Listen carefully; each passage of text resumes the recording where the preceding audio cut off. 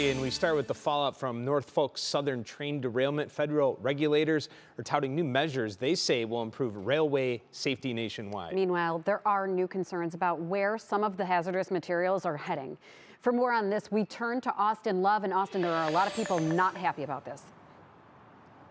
Definitely not. A lot of concern continues to grow. So we all know that the train derailment took place in East Palestine, dumping thousands of gallons of waste into the air, into the soil, into the water. And now they're trying to get rid of it. And they're actually trying to take it to a place, or they are taking it to a city just south of East Palestine called East Liverpool. Now the residents of East Liverpool are asking questions and fighting back against this, fighting for their community. This hazardous waste is being brought to an incinerator there. It's a plant that people of East Liverpool have been fighting for decades now. Now their concern is as high as ever, and really for good reason. Listen to this. According to the EPA, that plant has released high levels of toxic chemicals 195 times between the years of 2010 and 2014. But the company has always denied wrongdoing. But residents of East Liverpool want them out of their community. Just not been showing themselves to be good neighbors. The facility never should have been here in the first place. Yeah, well, this comes as Norfolk Southern, they're being continued to be grilled about their actions in the fallout of this. The company's CEO has agreed to testify on Capitol Hill. That's going to be next week. Of course, we'll keep you updated on air and online at this, but a lot to be concerned about for these residents there on the east side of Ohio. Yeah. Dave? Very eye-opening. Austin, thank you.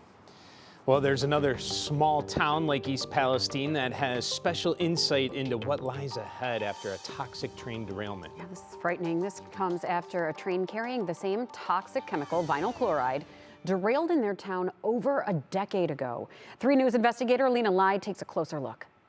If you could find clues to the future of East Palestine, perhaps look no further than the small New Jersey town of Paulsboro near Philadelphia,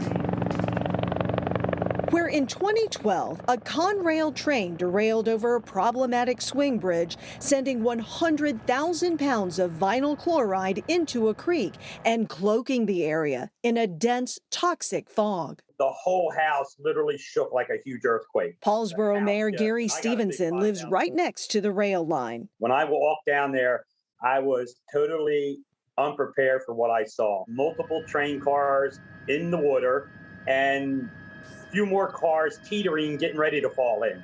And then the big cloud. In a few minutes, you couldn't see anything. Stevenson, who was deputy fire chief at the time, says they had no idea what the train was hauling. They couldn't see the words vinyl chloride on the tankers. In fact, first responders seen standing in the carcinogenic cloud with the breached tanker just yards away.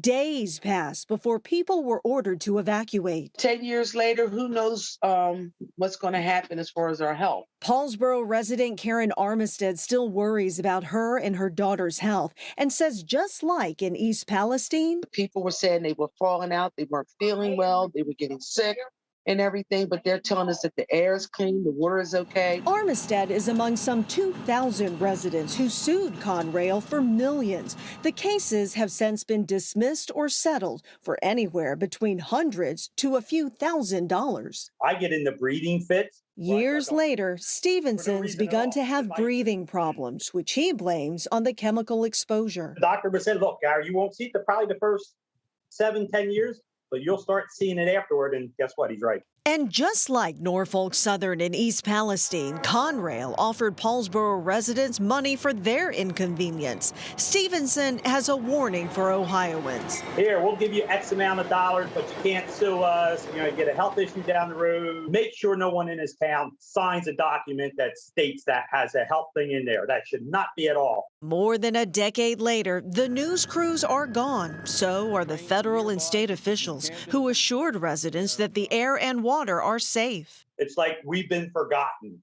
And they still wonder if the damage has already been done. No one has ever come back to us and said, let's retest your citizens. Let's retest you, Mayor. Let's see what's going on. Nothing. Their message to East Palestine, don't be forgotten. Continue to fight for support. They always say the squeaky wheel gets the grease, so They have to keep squeaking. Because the town's future is in their own hands. One impact that Paulsboro did not foresee, the impact on its economy. The stigma of the toxic derailment kept visitors away who were thinking the water and ground were contaminated. A number of restaurants and shops closed, and the mayor says it took a few years to recover. For 3 News Investigates, I'm Lena Lai.